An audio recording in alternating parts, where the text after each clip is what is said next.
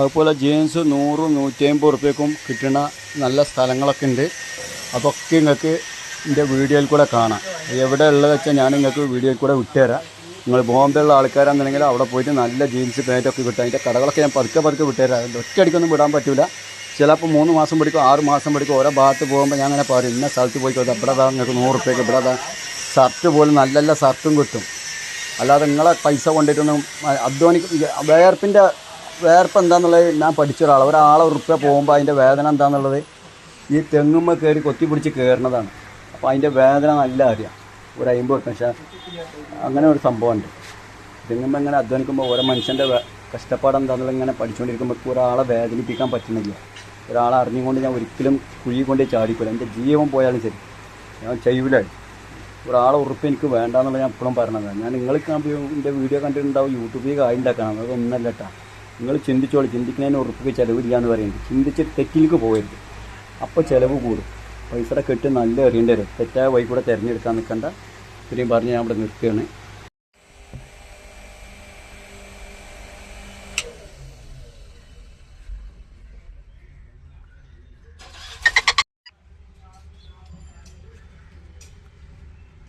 നമ്മളെ കച്ചവടത്തിൻ്റെ സ്ഥാപനമാണത്. ഓക്കെ, എന്തായാലും വീഡിയോ എടുത്ത ഡേറ്റും പറ്റ 1/5/2025 നമ്മളെ കടേനെ പോയി കാണുന്നത്. എന്താ ഇപ്പം നിങ്ങളോട് പറയാം.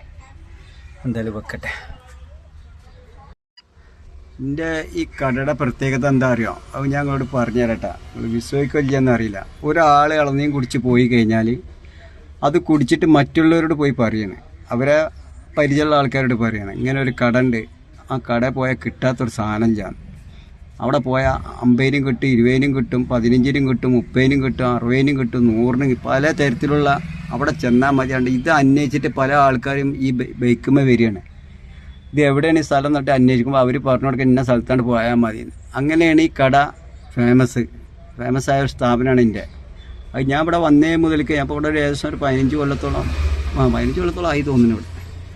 അപ്പോൾ ഇത് അന്വേഷിച്ചിട്ട് പല ഭാഗത്തുനിന്നും പല ആൾക്കാരും വരും ഈ ഒരു കട. ഇത് അങ്ങനെ ഒരു സ്ഥാപനമാണ് എൻ്റെ. അപ്പോൾ ഞാൻ പറഞ്ഞിട്ടുണ്ട് പണിക്കാരോട്, ആൾക്കാർ എന്ത് ചോദിച്ചാലും നിങ്ങൾ കൊടുക്കണം, ജനങ്ങളെ വേദനിപ്പിക്കരുതെന്ന്. കാരണം വരുന്ന ആൾക്കാരുടെ അടുത്ത് എല്ലാവരുടെ അടുത്തും പൈസ ഉണ്ടാവില്ല. അപ്പോൾ നമ്മൾ ആ തരത്തിൽ കൂടെ വേണം കച്ചവടം ചെയ്യാൻ. നമുക്ക് എല്ലാവരും ഒത്തിരി കത്തിയേക്കാൻ പാടില്ല. വരുന്നവർ വരട്ടെ. അടുത്ത പൈസ ഉള്ളത് 100 റുപ്യക്ക് ഉണ്ടെങ്കിൽ 100 റുപ്യ, 70 റുപ്യ ഉണ്ടെങ്കിൽ 70, 60 റുപ്യ, അങ്ങനെ വേണമെങ്കിലും എൻ്റെ അടുത്ത് വന്ന സാധനം കിട്ടും. പൈസ ഇല്ലാത്തവനും വന്നിട്ട് പറയാൻ എൻ്റെ അടുത്ത് പൈസ ഇല്ലയെന്ന് പോകാൻ പറയണം. എൻ്റെ അടുത്ത് ഒരു പാവപ്പെട്ടവൻ വന്നിട്ട് പറയാൻ എനിക്കൊരു 10 റുപ്യ ഉള്ള 20 റുപ്യ കൊണ്ടുപോയി കുടിച്ചോന്നാണ് പറയാം. അല്ലാതെ ഓനെ വേദനിപ്പിക്കൂല. എൻ്റെ ബിസിനസ് എനിക്ക് ഇഷ്ടപ്പെടാത്തൊരു സംഭവമാണ്. ഒരാളെ വേദനിപ്പിക്കുക എന്നല്ലേ, ഒരാൾക്ക് കസ്റ്റമർ. നമ്മളെന്താണെന്ന് ആലോചിച്ച് നോക്കുകയാണ്. നമ്മളൊക്കെ കച്ചവടക്കാരാണ്. നമ്മളെല്ലാവരും ഒരുവിധം കച്ചവടം. നമ്മളെ കച്ചവടം നമ്മൾ രാവിലെ പോയി തുറന്നിരിക്കുമ്പോൾ ഓരോ മനുഷ്യന് പല ഭാഗത്തു നിന്നാണ് വരുന്നത്. അതൊന്നും ആലോചിച്ച് നോക്കണം. നമ്മൾ അവിടെ പോയി കൊണ്ടുകൊടുക്കില്ല. നമ്മളൊരു സ്ഥാപനം തുറന്നിരിക്കുമ്പോൾ നമ്മൾ പടച്ചോനെ വിചാരിച്ചിട്ട് ദൈവത്തെ വിചാരിച്ചിട്ടൊക്കെ രാവിലെ നമ്മൾ നിസ്കരിച്ച് ഓരോരുത്തർ അമ്പലത്തിൽ പോയി പ്രാർത്ഥിച്ച്, ഒരു വീട്ടിൽ പ്രാർത്ഥിച്ചൊക്കെ സ്ഥാപനത്തിൽ പോയി തുറന്നിരിക്കുമ്പോൾ ഏതോ മനുഷ്യൻ 2-3 മണിക്കൂർ വണ്ടി ഓടിയിട്ടോ അല്ലെങ്കിൽ എങ്ങനെയൊക്കെയോ നമ്മളടുത്തേക്ക് ഒരാളെ പറഞ്ഞു വിടുകയാണ് പടച്ചോനെ. എന്നിട്ട് നമ്മൾ ഓനോട് വരുമ്പോഴാണ് ഓനെ എങ്ങനെയും കൊല്ലാൻ നോക്കാൻ പറ്റുമെന്ന്. പിന്നെ ആ സാധനത്തിനാണ്ട് വില കൂട്ടിയിട്ട് നമ്മളെ ചെയ്യാൻ പാടില്ല അതൊന്നും. കാരണം നമ്മളെ സ്ഥാപനത്തിൽ ഒരാൾ കടന്നു വരുമ്പോൾ അപ്പം നമ്മളെപ്പോലത്തെ ഹൃദയങ്ങളാണ്. അത് മനസ്സിലാക്കിയാൽ മതി. അപ്പോൾ ഒരാളെ വല്ലാതെ അങ്ങോട്ട് പീഞ്ഞ് മേടിക്കാതെ നമുക്ക് പടച്ചോന്ന് അല്ലെങ്കിൽ തന്നെ നമുക്ക് അള്ള റഹ്മത്ത് തന്നിട്ടുണ്ട്. ഞാൻ എൻ്റെ കാര്യം പറഞ്ഞിട്ട് മറ്റുള്ളവർക്ക് എന്തായിക്കോട്ടെ, അള്ള നമുക്ക് റഹ്മത്ത് തന്നിട്ടുണ്ട്. നമുക്കൊരു ദിവസം ഒരാൾക്ക് ഒരു 500-1000 റുപ്യ കിട്ടുന്നുണ്ടെങ്കിൽ അതുകൊണ്ട് പൊരുത്തപ്പെടുക. ചിലവും കാര്യങ്ങളും കഴിഞ്ഞ് ഒരു 1000 റുപ്യ മാറ്റിയേക്കാൻ കിട്ടണമെങ്കിൽ അൽഹംദുലില്ലാ. അതിൻ്റെ അപ്പുറം നമ്മൾ സ്വപ്നം കണ്ടു കഴിഞ്ഞാൽ നമ്മൾ ആ പൈസ ഒക്കെ ഉപകാരത്തിൽ പെടില്ല. ഒന്നിരിക്കലും ഹോസ്പിറ്റലിൽ ചിലവ്, അല്ലെങ്കിൽ പല അസുഖം വന്നിട്ട് അങ്ങനെയൊക്കെ പണം അങ്ങനെ നഷ്ടപ്പെടുന്നുണ്ട്. നമ്മളെ കാണാൻ പല ആൾക്കാർ നമ്മളെ ഹോസ്പിറ്റലിലേക്ക് കടന്നു വരികയാണ്. അപ്പോൾ ആ വരുന്ന ആൾക്കാരോ ഭയങ്കര സങ്കടപ്പെട്ടിങ്ങനെ നിൽക്കുന്ന ഓൻ്റെ മനസ്സിലുണ്ടാവും, എടാ അജ്ജി കാട്ടിക്കൂട്ടിയൊക്കെ എന്തൊക്കെയാണെന്നുള്ളത് ഞങ്ങൾക്ക് അറിയാം. അത് മനസ്സിലാക്കണേ. നമ്മളെ മുന്നിൽ ഇങ്ങനെ സങ്കടപ്പെട്ട് നിൽക്കുമ്പോൾ നമ്മൾ വിചാരിക്കണ്ടാവരോ അല്ല, ഓൻ ചിന്തിക്കുന്നുണ്ട്. കാരണം നിന്റെ ജീവിതത്തിൽ നീ ചെയ്തു പോയതൊക്കെ എന്തൊക്കെയാണെന്നുള്ളത് ഞങ്ങൾക്ക് അറിയാം. പക്ഷെ നിന്റെ മുന്നിൽ ഞാൻ ഒന്ന് അഭിനയിച്ച് കാണിക്കലേ മാർഗ്ഗമില്ലാന്ന്. എന്തിനാ വടിയെടുത്ത് അടി വാങ്ങാൻ നിൽക്കണത്? അപ്പോൾ അതിന് നല്ല നമ്മളെ ജീവിതത്തിൽ നമ്മളെ സ്ഥാപനത്തിൽ കുറേ എന്തൊരു ഷോപ്പിലേക്ക് കടന്നു വരുമ്പോഴും നമ്മൾ ചിന്തിക്കണം, പടച്ചോനെ ഞാൻ ഇവിടെ ഇരുന്നിട്ട് എൻ്റെ കടലിൽ കാണാൻ ഓരോ മനുഷ്യന്മാർ കടന്നു വരുന്നത്. അത് പടച്ചോൻ വിടുന്നതാണ്. ഓരോ ആത്മാക്കളെ ഹൃദയത്തെ പറഞ്ഞു വിടുമ്പോൾ നമ്മൾ ഇങ്ങനെ വെക്കാൻ പറ്റുമെന്ന് ചിന്തിക്കും. എന്നിട്ട് നമ്മളെ കുട്ടികൾക്കും നമ്മളെ ഭാര്യക്കും കൊണ്ട് കൊടുക്കുക. അത് ചെയ്യാൻ പാടില്ല ചേട്ടാ. പടച്ചോൻ വിടില്ല. ഒന്നുമില്ലാതെ ഒരു പൂജത്തിൽ നിന്ന് വന്ന ഒരാളാണ് ഞാൻ. ഇന്ന് ഞാനിതിവിടെ ഇവിടെ നാട്ടിൽ ഇവിടെ 5-6 കട ഉണ്ട്, നാട്ടിൽ 2-3 സ്ഥാപനം ഉണ്ട്. ഇല്ലാത്തൊരു മണ്ണാങ്കട്ടില്ല. ലോകത്തുള്ള തെങ്ങും കാര്യങ്ങളൊക്കെ എനിക്കുണ്ട്. പക്ഷെ ഞാൻ അധ്വാനിച്ച് ജീവിക്കുന്ന ഒരാളാണ്. ആ പണത്തെ സ്വപ്നം കണ്ട് ജീവിക്കുന്ന ആളല്ല. 1000-2000 എൻ്റെ അധ്വാനം. 3 ആളെ എപ്പോഴും പറയുന്നുണ്ട്, 3 ആൾ പണിയെടുത്ത് ഞാൻ എടുക്കുന്നുണ്ട്. സംസാരിക്കാനെ കൊണ്ട് ഒറ്റക്കൊന്നും ഞാൻ ചെയ്യിക്കൂല. എൻ്റെ ജീവിതത്തിൽ കടന്നുപോയ സംഭവങ്ങളാണ് ഞങ്ങൾക്ക് വിട്ടുതരുന്നത്. അപ്പം നമ്മളെ അടുത്തേക്ക് ആര് വരുമ്പോൾ, ഏത് നമ്മളെ സ്ഥാപനത്തേക്ക് വരുമ്പോൾ നമ്മൾ അള്ളാഹിനോട് സ്തുതിക്കുക. കിണറ്റിലെ വെള്ളം എന്ന് പറഞ്ഞാൽ കിണറ്റിലെ വെള്ളം എൻ്റെ ഇവിടെ കിണറുണ്ടെങ്കിൽ ഞാൻ എൻ്റെ കിണറ്റിൽ വെള്ളം ഉണ്ടാവും. അത് പടച്ചോൻ തരണതാണ് ഭൂമിൻ്റെ ഉള്ളിൽ കൂടെ. അത് കണ്ടിട്ട് മറ്റോനെ കുരു പൊട്ടിയിട്ട് മറ്റോൻ്റെ ഹൃദയം വാങ്ങിച്ചിട്ട് ഓനെ അപ്പുറത്ത് പോയിട്ട് കിണർ വെച്ചാൽ ഓൻ്റെ കിണറ്റിൽ വെള്ളം കാണിക്കൂല.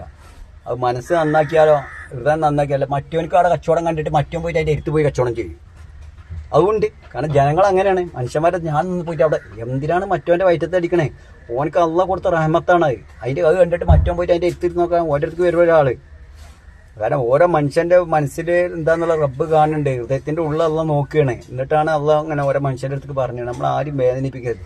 ഞാൻ ഒരുപാട് ആൾക്കാരെ കണ്ടിട്ടുണ്ട്. ഒരു റെഡിമെയ്ഡ് ഷോപ്പിൽ പോയി കഴിഞ്ഞാൽ ഇങ്ങനെയായിട്ട് വെക്കണതാണ്. എന്നിട്ട് ഓൻ പറയും ഇക്കൊന്നും ഇതിന്മേൽ ലാഭം ആകെ 5 റുപ്യ കിട്ടുന്നുള്ളൂ. ഇതിപ്പോൾ റെഡിമെയ്ഡ് ഷോപ്പിൻ്റെ കച്ചവടമൊക്കെ എനിക്കറിയാം. ബോംബെയിൽ ഞാൻ കലക്കി കുടിച്ച ആളാണ്. എവിടെയൊക്കെയാണ് ഇതിൻ്റെ മാർക്കറ്റ്, എന്താണിത്, ഏത് വിലക്കാണ് കിട്ടണമെന്നൊക്കെ നമുക്കറിയാം. പക്ഷെ ഞാനത് ചെയ്യൂല.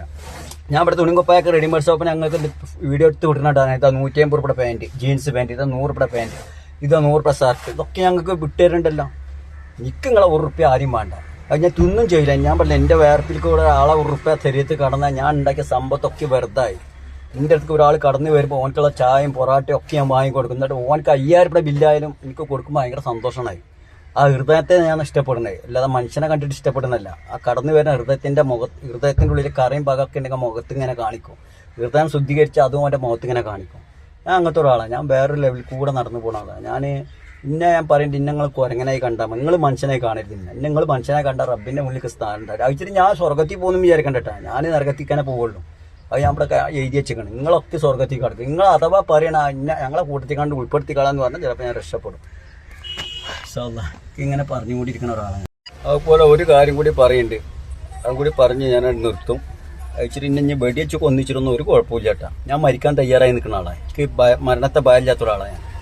ഞാൻ അങ്ങനത്തെ ഒരാളാണ്. മരണത്തെ ഭയപ്പെടാത്ത ആളാണ്. മരണത്തെ ഭയപ്പെടുക എന്ന് പറഞ്ഞാൽ ഞാൻ തെങ്ങിൻ്റെ മുകളിൽ കയറൂല. ഏത് കേടൊന്ന് തെങ്ങിൻ്റെ മുകളിൽ ഞാൻ കയറുന്ന ഒരാളാണ്. നിങ്ങൾക്ക് അറിയില്ല. ഇവിടെ ചോദിച്ചോക്കി ബോംബെയിൽ ഒരാൾ കയറൂല. പക്ഷെ ഞാൻ കയറും. പക്ഷെ ഞാൻ മരിക്കണേച്ചിട്ട് കയറൂല കേട്ടോ. അത് ഞാൻ പറയുന്നുണ്ട്. അങ്ങനെ നമ്മൾ വിഷമം കൊണ്ട് കയറിയിട്ട് തൂങ്ങി ചത്തിട്ടുണ്ടെങ്കിൽ പടച്ചവൻ്റെ അടുത്ത് സ്ഥാനം ഉണ്ടാവില്ല. എന്തെങ്കിലും വിഷമം വന്നിട്ട് നമ്മൾ തൂങ്ങിയ വിഷം കുടിച്ച് മരിക്കാക്കടി ചെന്നാൽ പടച്ചവൻ്റെ അടുത്ത് ഒരു സ്വർഗം കിട്ടൂല.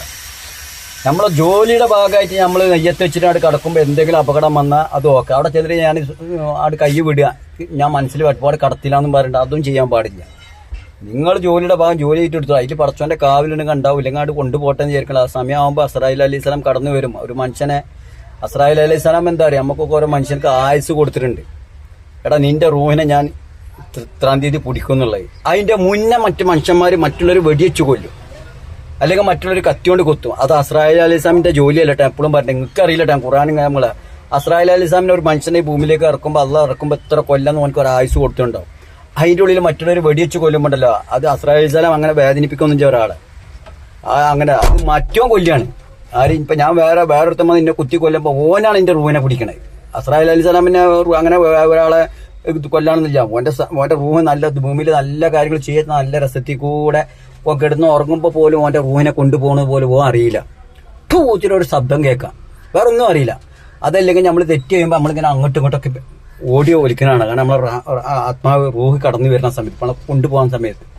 അപ്പോൾ അസ്രായേൽ അലൈഹി സ്വലാം ഒന്നും ഒരാളിട്ടിട്ടൊന്നും ഇടങ്ങറാക്കൂല. കാരണം അവർക്ക് ടൈം കൊടുത്തിട്ട് അതിനുള്ളിൽ ഓരോരുത്തർ വെടിച്ച് കൊല്ലുന്നതിന് ഇപ്പോൾ നമ്മൾ പറയണം അസ്രായേൽ അലൈഹി സ്വലാം അത് നമ്മളെ റൂഹിനെ കൊണ്ടുപോയി. എങ്ങനെയാണ് കൊണ്ടുപോകണ വെടിവെച്ചാണ് കൊണ്ടുപോകണത്.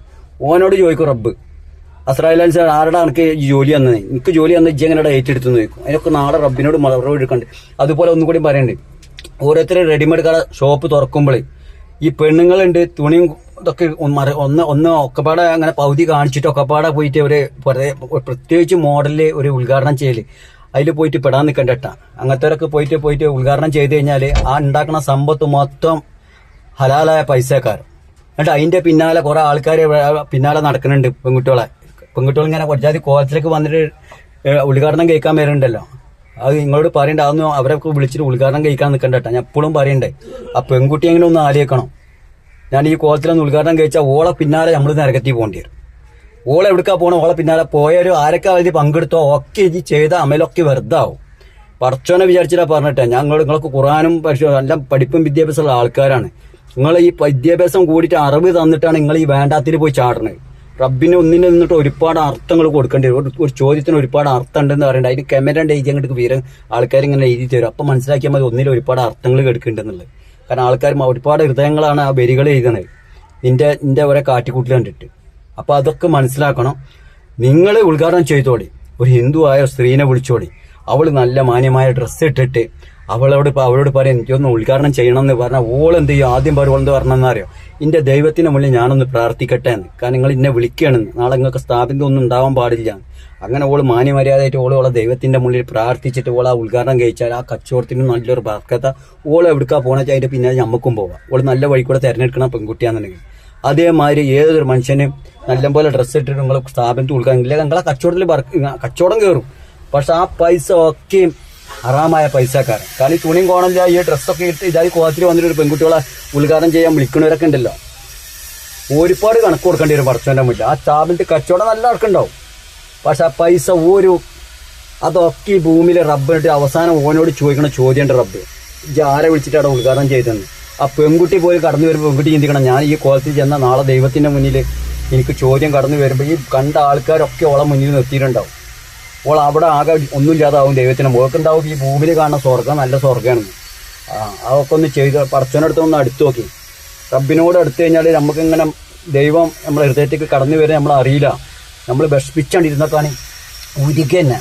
അപ്പം നമ്മൾ ഹൃദയത്തേക്ക് നല്ല സംഭവം കടന്നു. നമ്മൾ നമുക്ക് ആരാണ് ഞാൻ ഒന്നും പറയണ്ട, നമുക്ക് ഒരു 10,000 വേണം ഉരുകിയിട്ട്. അപ്പം നമുക്ക് പടച്ചോനെ നമ്മളെ ഹൃദയത്തേക്ക് സ്ഥാനം കടന്നു വരും. എന്നിട്ട് നമ്മളോട് പറയും ഇന്ന ആളെടുത്തേക്ക് പോയിക്കോന്ന്, അവിടെ നിന്റെ പൈസ റെഡിയാക്കി വെച്ചിട്ടുണ്ട് എന്ന്. ചെന്ന് നോക്കുമ്പോൾ അവിടെ ഉണ്ടാവും ആ ആളെ ഹൃദയത്തേക്ക്. നമ്മൾ ഇവിടുന്ന് നെയ്യത്ത് വെച്ച് കിടന്നാൽ ഇതേ ഹൃദയം ഓൻ്റെ ഹൃദയത്തിൽ കണ്ട് കിടക്കും. ഓന് പോലും അറിയില്ല ഓൻ്റെ ഹൃദയത്തിൽ ഒരു സാധനം കടന്നിക്കണമെന്നുള്ളത്. എന്നിട്ട് ഓനോട് പറയടാ കൊടുക്കടാന്ന്. അപ്പോൾ ഓനോട് കൊടുക്കും. കൊടുത്തതിന് ശേഷം പിന്നെയാണ് ഓനക്ക് കിട്ടാതാകുമ്പോൾ ഓൻ ചിന്തിക്കൽ തുടങ്ങും, ഇപ്പം എനിക്ക് കൊടുത്ത് കിട്ടിയില്ല എന്ന്. അപ്പോഴും റബ്ബിൻ്റെ കളിയാണ്. എന്നിട്ട് റബ്ബ് പറയാ വേജാറാണ്ട് ഇവനക്കുള്ളത് ഞാൻ മേടിച്ചോളാം, അണക്കുള്ളത് ഞാൻ വേറെ വൈക്ക് കൂടെ പണം തരുമെന്ന്. സുഖമില്ലാതാകുമ്പോൾ ഒരുന്ന് പറയുന്നുണ്ടാ. ഇതിൻ്റെയൊക്കെ വീഡിയോ കണ്ടിട്ട് നിങ്ങളാരെങ്കിലും നിങ്ങളൊന്നും സംഭവിക്കില്ല. നിങ്ങൾ ആരെങ്കിലുമൊക്കെ എൻ്റെ വീഡിയോ കണ്ടിട്ട് നിങ്ങളൊന്ന് നല്ലപോലെ നല്ല വൈക്ക് കൂടെ പോയാൽ പടച്ചോൻ നിങ്ങൾക്ക് അവിടെ സ്വർഗം തരും. ഇന്ന നരകത്തിൽ കിട്ടോ അത് നിങ്ങൾ വിചാരിക്കണ്ടിട്ടാ. ഇന്ന നരകത്തിൽ കാരണം നിങ്ങൾ വിചാരിക്കണ്ട ഞാൻ അങ്ങനെ പ്രസംഗിക്കുമ്പോൾ ഞാൻ സ്വർഗത്തിലാണ്, അത് ഞാൻ നരകത്തിലാന്ന് എഴുതി തരാം. നിങ്ങൾ പറയണം ഓ ഞങ്ങളെ കൂടാണ്ട് പോകുന്നോട്ടാണ്, അപ്പോൾ രക്ഷപ്പെടുകയാണ്. പിന്നെ ഞാൻ ഇതിൻ്റെ കൂടെ ഒരു വീഡിയോ കൂടി ഇടുന്നുണ്ട് കേട്ടോ. എൻ്റെ അനിയൻ്റെ കുട്ടീൻ്റെ അക്ബർ എന്ന് പറഞ്ഞിട്ട് ഓൻ്റെ ഒരു മോളുണ്ട്. ആ കുട്ടി എന്തൊക്കെ കാട്ടുന്നാണ് കൈകൊണ്ടും കാലുകൊണ്ടും അങ്ങനെ ഇങ്ങനെയൊക്കെ കാട്ടിക്കൂട്ടി. ഞാൻ ആകെ അന്തം വിട്ട്. ഞാൻ എൻ്റെ കുട്ടി അനിയൻ്റെ കുട്ടി എൻ്റെ പൈതൽ ഇങ്ങനെ ചെയ്യുന്നതൊക്കെ ഞാൻ ഒരിക്കലും സ്വപ്നത്തിൽ വിചാരിച്ചിരുന്നില്ല. ഓൾക്ക് ആ കുട്ടി കൈകൊണ്ടും കാലുകൊണ്ടും ഇങ്ങനെയൊക്കെ അഭിനയിച്ച് കാണിച്ചപ്പോൾ ഞാൻ ആകെ അന്തം വിട്ട്. ആ വീഡിയോ ഇതിൻ്റെ കൂടെയും വിടുന്നുണ്ട് കേട്ടോ. അള്ളാഹ് നിങ്ങൾക്ക് ഇഷ്ടപ്പെട്ടെങ്കിൽ ആ കുട്ടിക്കൊന്ന് ലൈക്ക് ചെയ്ത് കൊടുക്കുക, എന്തെങ്കിലും ചെയ്ത് കൊടുത്താൽ. ഓൾക്ക് അങ്ങനെ എന്തെങ്കിലും ഉണ്ടെങ്കിൽ എനിക്ക് അറിയില്ല, ഇനി ഓൾക്ക് ഉണ്ടോ ഇല്ലെന്ന് ഞാൻ ചോദിച്ചു നോക്കട്ടെ കേട്ടോ. ഓക്കെ അള്ളാഹ് ഞാൻ എന്തെങ്കിലും പറഞ്ഞു പോയിട്ടുണ്ടെങ്കിൽ എന്നോട് പൊരുത്തപ്പെടണം.